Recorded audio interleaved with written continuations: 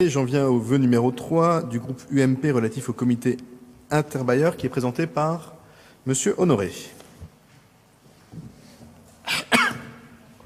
Oui, mes chers collègues, je reviens non pas sur les caméras de vidéoprotection dans les logements sociaux, mais sur peut-être votre honnêteté intellectuelle, puisque vous me provoquez, Monsieur Nerneuf.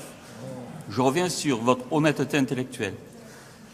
Pendant la dernière mandature, j'ai eu le plus grand mal à vous faire dire s'il y avait des résidents de logements sociaux qui étaient dotés de caméras de vidéoprotection. Lorsque j'ai été élu au Conseil de Paris, j'ai posé la question et là, à ma grande surprise, je ne savais pas qu'il existait des vœux bis, c'est-à-dire que lorsque la majorité considère qu'un vœu de l'opposition est bon, elle le reprend. Et là, juillet 2014, un vœu voté à l'unanimité de la majorité nous dit que la Ville de Paris inscrive le thème de la prévention de la sécurité dans la prochaine réunion du comité interbailleur et que la question d'une étude de faisabilité de dispositifs de vidéoprotection puisse y être débattue. Je suis intervenu donc au Conseil de Paris pour demander, mais alors, que fait ce comité interbailleur? J'ai eu une fin de non-recevoir. Par conséquent, je reviens ici pour vous demander, par ce vœu, de nous dire quels sont les résultats de l'étude du comité interbailleur à propos de la faisabilité des dispositifs de vidéoprotection prévus par le vœu voté à l'unanimité lors de la séance du Conseil de Paris du 9 juillet 2014. Voilà, Monsieur Nerneuf, c'est simplement un vœu voté à l'unanimité qui nous parle d'un comité interbailleur qui doit étudier la faisabilité du dispositif. Et je dois dire que M. Brossat était l'adjoint chargé de me répondre, et M. Brossat, bien entendu, a botté en touche et n'a pas répondu sur ce point précis du comité interbailleur chargé d'étudier la faisabilité du dispositif de vidéoprotection dans les logements sociaux. Voilà, c'est tout simple, mais je crois que nos concitoyens sont heureux d'apprendre qu'il y a ce comité interbailleur. Et maintenant, ils voudraient savoir quels sont les travaux, les résultats de ces travaux et de ces études. Voilà, mes chers collègues. Merci, Monsieur Honoré. On va bien sûr répondre à votre interrogation plus qu'à votre vœu, puisqu'effectivement c'est une interrogation. Je voudrais juste qu'on ne prenne pas l'habitude de faire du Conseil d'arrondissement l'espace de rattrapage du Conseil de Paris, et les vœux qui sont votés au Conseil de Paris ont à être étudiés à ce moment-là. Mais je vais demander à Mario Gonzalez de bien vouloir vous donner quelques éléments de réponse. Monsieur Honoré, j'espère ne pas botter en touche. Vous posez une question, celle de la vidéoprotection, qui touche à la question tout simplement du droit à la sécurité, qui est un droit essentiel, notamment dans les quartiers populaires et notamment dans les logements sociaux. C'est donc un sujet sérieux, Monsieur Honoré, qui ne doit pas partir de postulats et qui ne doit pas partir d'a priori. Et ce comité interbailleur s'est effectivement réuni, a traité cette question, en a débattu, les bailleurs entre eux en ont débattu, et en ont tiré une conclusion. Au final, le pragmatisme. Le pragmatisme. On ne peut pas avoir d'a priori sur la question de la vidéoprotection. Et il faut réagir et il faut appliquer cette vidéoprotection en fonction des cas et en fonction des résidences. Par exemple, la vidéoprotection s'est révélée extrêmement utile dans les parkings, et notamment les parkings qui posent des difficultés. Et vous avez plusieurs exemples dans le 18e arrondissement où effectivement les bailleurs sociaux, la RIVP, Paris Habitat, etc., ont posé des caméras de vidéoprotection dans les parkings. En revanche, dans d'autres cas, la vidéoprotection ne s'est pas révélée utile. Et ça, ce n'est pas moi qui le dis, ce n'est pas vous non plus, ce sont les bailleurs et leurs techniciens qui sont spécialisés et qui connaissent leurs résidences et qui surtout aussi écoutent leurs locataires sur ces questions. Et donc, par rapport à la vidéoprotection, notamment au sein des résidences, dans les halls d'immeubles, dans les escaliers et autres, il s'est révélé que d'autres équipements sont beaucoup plus efficaces. J'aimerais vous citer deux exemples qui concernent justement le 18e que j'ai eu l'honneur de traiter avec des bailleurs sociaux. Vous avez un premier exemple qui, justement, vous étiez à cette réunion, concerne le 124 rue des Poissonniers où il y a eu une réunion publique, justement, sur la sécurisation de la résidence. Et le bailleur social a très justement proposé aux locataires au préalable, sécuriser la résidence à travers une sectorisation de la résidence, puisque c'est une résidence extrêmement grande et donc sa grandeur fait que les circulations sont beaucoup plus aisées. Une sécurisation des halls par l'instauration d'un système de vigique et d'interphone et d'un SAS.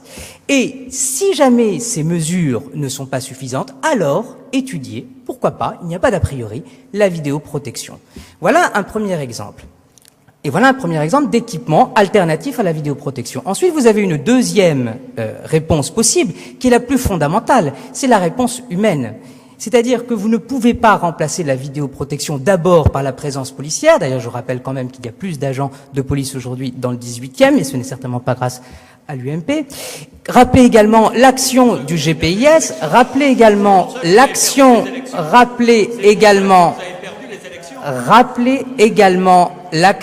du GPIS, auquel les locataires peuvent accéder. Je rappelle ce qu'est le GPIS, c'est donc le groupement parisien interbailleurs de surveillance, auquel que les locataires peuvent saisir par eux-mêmes, et rappeler également le rôle fondamental des gardiens d'immeubles.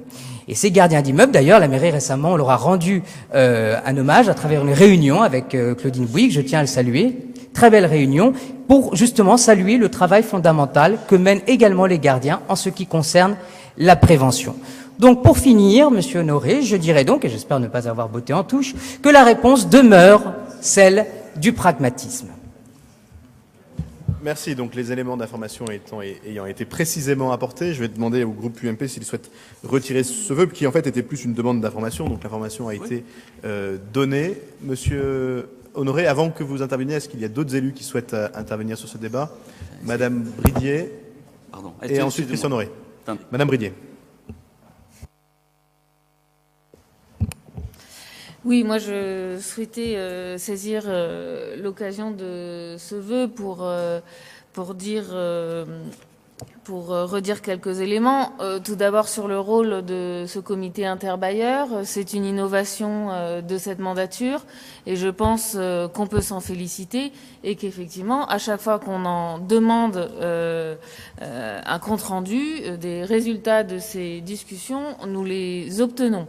Et je pense qu'en effet, c'est une réelle avancée afin que les différents bailleurs publics de la ville se coordonnent, harmonisent leurs pratiques et resserrent les liens avec la volonté municipale, notamment sur la question de la qualité de service aux locataires. Donc ça, c'était une première chose qui me paraissait important de rappeler, de souligner. La deuxième chose, sur le fond, je ne peux pas m'empêcher de repréciser la position du groupe écologiste, même si elle a fait de nombreux débats, enfin si cette question de la vidéosurveillance ou de la vidéoprotection, comme certains aiment bien l'appeler, a fait de nombreux débats dans ce conseil d'arrondissement. Vous savez bien que donc les écologistes sont fondamentalement contre la vidéosurveillance parce que certes il y a un droit à la sécurité, mais il faut aussi veiller à l'atteinte aux libertés publiques. Et nous pensons, et là je peux rejoindre les propos de Monsieur Gonzalez, que les moyens sont plutôt à positionner sur les forces humaines, la prévention de la délinquance, des incivilités sur l'espace public comme dans l'espace privé. Après, pour ce qui est de la mise en place de vidéosurveillance dans l'espace privé, il appartient à chacun, à chaque opérateur et à chaque structure de décider. Voilà, il me semblait important de revenir sur ces points. Merci, Monsieur Honoré. Suite à ces explications, retirez-vous votre vœu? Alors, je suis tout à fait d'accord avec ce que disait M. Gonzalez, qu'il n'y a pas d'a priori, que tout doit être traité cas par cas. C'est ce que nous demandons depuis la première mandature, c'est-à-dire qu'on ne demande pas à ce que le procédé, le dispositif soit généralisé à toutes les résidences, mais là où elles sont nécessaires. Si vous voulez, M. Gonzalez, vous demanderez à M. Nerneuf de vous donner la liste des résidents de logements sociaux du 18e qui sont dotés de vidéoprotection. Moi, j'ai mis quand même 4 mois pour l'obtenir. Vous, peut-être que vous l'aurez tout de suite. Alors, si. Oui. D'autre part, nous apprenons qu'il y a des comptes rendus du comité interbailleur. J'en suis ravi. Nous aimerions, si c'est possible, en tant qu'élus, avoir ces comptes rendus. Et nous sommes tout à fait disposés à les lire et à voir. Et nous sommes favorables au dispositif de caméras de vidéoprotection dans les logements sociaux lorsque c'est utile, en concertation avec la police, en concertation avec les bailleurs et en concertation évidemment avec les habitants, avec les locataires. C'est ce que nous ne cessons de répéter depuis des années. Bien. Donc Donc vous le retirez ou pas? Alors, qu'est-ce que vous... Non, on maintient. Alors, je rajoute quand même, M. Gonzalez nous a parlé de sécurité, mais je crois me souvenir quand même que vous êtes en train de réduire le nombre des gardiens dans les résidents de logements sociaux, ou je me trompe pas? Je ne crois pas, non. C'est déjà fait. Ouais, vous les avez réduits. Donc, Bien. On voilà. va pas rentrer dans un autre débat. Vous n'avez pas voté en touche, M. Gonzalez. Vous avez été à côté de la plaque. Monsieur Honoré ne retire pas son Non. vœu. Michel Lerneuf ayant été mis personnellement en cause, je lui laisse pour quelques secondes la parole, mais vraiment quelques secondes. Et je vais demander à Monsieur Honoré d'éteindre son micro, parce que sinon ça va sonner. Ouais. Et comme ça, tu donneras un élément sur les gardiens aussi. Ah, mais ça va être très rapide, hein. Monsieur Honoré, je suis très content de voir qu'aujourd'hui vous tenez les propos que j'ai passé mon temps à vous tenir pendant des années et des années avant, quand vous demandiez que systématiquement il y ait de la vidéoprotection à tel ou tel endroit, et maintenant tout à coup vous êtes sans idéologie. Eh ben, écoutez, tant mieux. Mais ce que je souhaiterais, vous avez mis en cause tout à l'heure mon honnêteté. Si, vous avez mis en cause mon honnêteté. Moi, je l'ai pris comme ça. Eh bien, écoutez, à honnête et demi, puis voilà. Bien, un mot. Alors attendez, ce conseil d'arrondissement, c'était bien tenu jusque maintenant. Je propose que nous continuions dans la même veine, de s'écouter et de ne pas faire durer les débats trop longtemps. Mais sur la question des gardiens, je peux quand même pas laisser dire des choses qui sont inexactes. Et donc j'ai demandé à Yann Brossat de bien vouloir nous donner quelques éléments. Merci, Monsieur le maire. Un mot effectivement sur la question des gardiens d'immeubles. Il y a eu d'ailleurs un comité interbailleur qui s'est tenu tout récemment sur cette question des gardiens d'immeubles.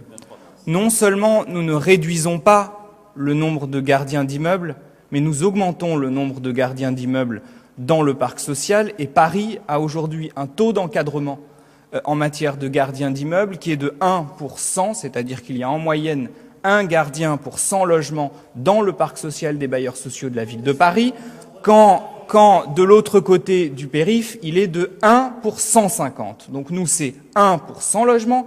De l'autre côté du périph', c'est 1 pour 150. Et nous avons encore l'intention de renforcer nos efforts en matière de gardiens d'immeubles. Donc bien sûr, la vidéoprotection quand c'est nécessaire, mais aussi des moyens humains, des gardiens d'immeubles, parce que rien ne peut remplacer les gardiens d'immeubles. Ça vaut dans le parc social d'ailleurs, comme dans le parc privé, et nous en faisons une priorité absolue.